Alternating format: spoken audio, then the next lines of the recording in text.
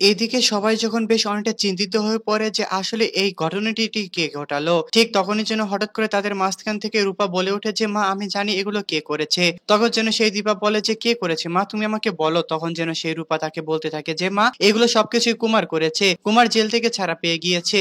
সে ছোট্টবেলার কুমার যে আমাদেরকে অনেক আগে থেকেই ধ্বংস করে ফেলার চেষ্টা করেছিল।" তারপর যেন কাছ থেকে হঠাৎ করে সাক্ষ্যদীপ দীপাকে বলতে থাকে যে, "দীপা এই কুমারটা আবার কে? তুমি আমাকে বলো।" তখন যেন সেই দীপা সবাইকে বলতে থাকে যে, "এই কুমার হচ্ছে এমন একটি লোক যে আমার বিয়ের পর থেকে আমাকে ধ্বংস করে ফেলার চেষ্টা করছে। কিন্তু কোনোভাবে আমাকে ধ্বংস করতে পারেনি।" তখন যেন সাক্ষ্যদেব এগুলো কথা শুনে বেশ অনেকটা রেগে যায়। তারপর যেন সে জয় বলতে থাকে যে, "কুমার কি আসলে জেল থেকে ছাড়া পেয়েছে কিনা?"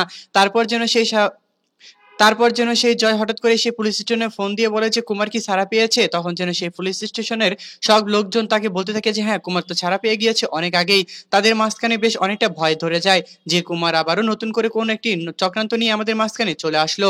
হ্যাঁ বন্ধুরা, অনুরাগের ছোঁয়া ধারাবাহিক নাটকের আগামী পর্বগুলোতে আমরা ঠিক এমনটাই দেখতে পারবো। আর আপনারা যদি আমাদের চ্যানেলে নতুন হয়ে থাকেন তাহলে চ্যানেলটিকে অবশ্যই একটু সাবস্ক্রাইব করে দিবেন। আর আজকের এই এপিসোডটি আপনাদের কাছে কেমন লেগেছে তা অবশ্যই আমাদেরকে কমেন্ট করে জানাতে একদমই ভুলবেন না। চ্যানেলে নতুন হয়ে থাকলে চ্যানেলটিকে অবশ্যই একটি সাবস্ক্রাইব করে দিবেন। ধন্যবাদ সবাইকে এতক্ষণ আমাদের পাশেই থাকার জন্য।